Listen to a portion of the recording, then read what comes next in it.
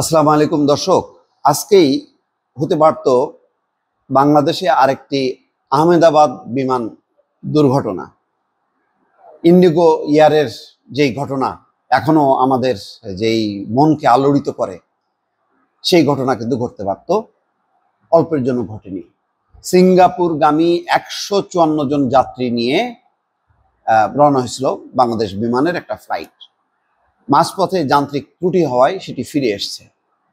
দেখেন, কানের পাশ দিয়ে যে গুলি যায়, ঠিক সেরকম কিন্তু ঘটছে। কয়েকদিন আগে কি হলো, সিলেট থেকে বা কক্সবাজার থেকে একটা বিমান আসছিল ঢাকায়, তারপরে আকাশপথে একটা চাকা খুলে গেছে, আর একটা চাকার উপর ভর করে নামছে বিপজ্জনকভাবে। তার মানে ছোট ছোট কিন্তু সিগন্যাল দিচ্ছে। এই সিগন্যালই একটা বড় সিগন্যাল হয়ে যেতে পারে এখনো যদি সাবধান না হয়। বিমান কর্তৃপক্ষ, সরকার যদি এখনো ভালো মতো যদি সতর্ক না হয়, তাহলে কিন্তু সমস্যা দেখা দিবে।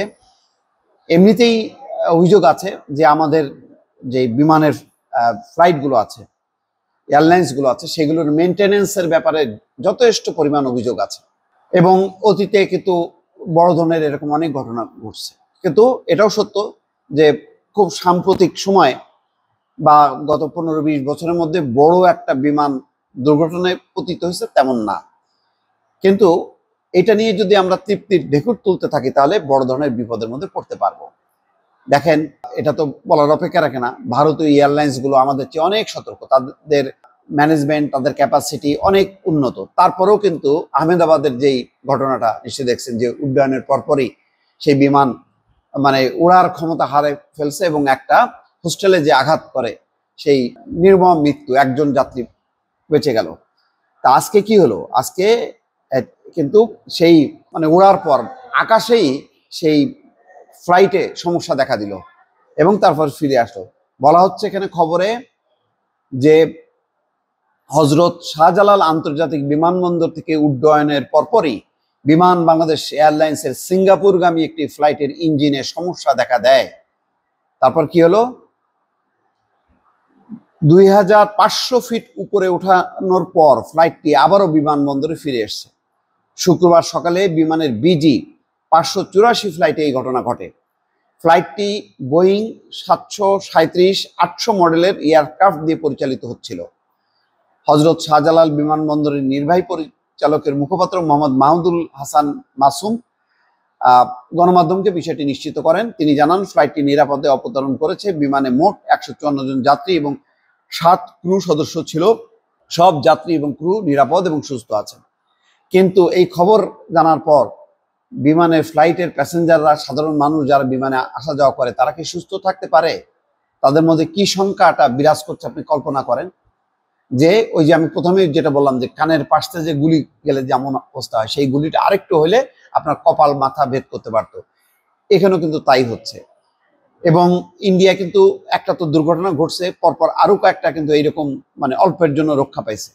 আর বাংলাদেশে কয়েকদিন আগে ঘটলো, কক্সবাজার থেকে ঢাকায় আসার পথে একটা, আর এই যে দ্বিতীয় ঘটনাটা ঘটলো।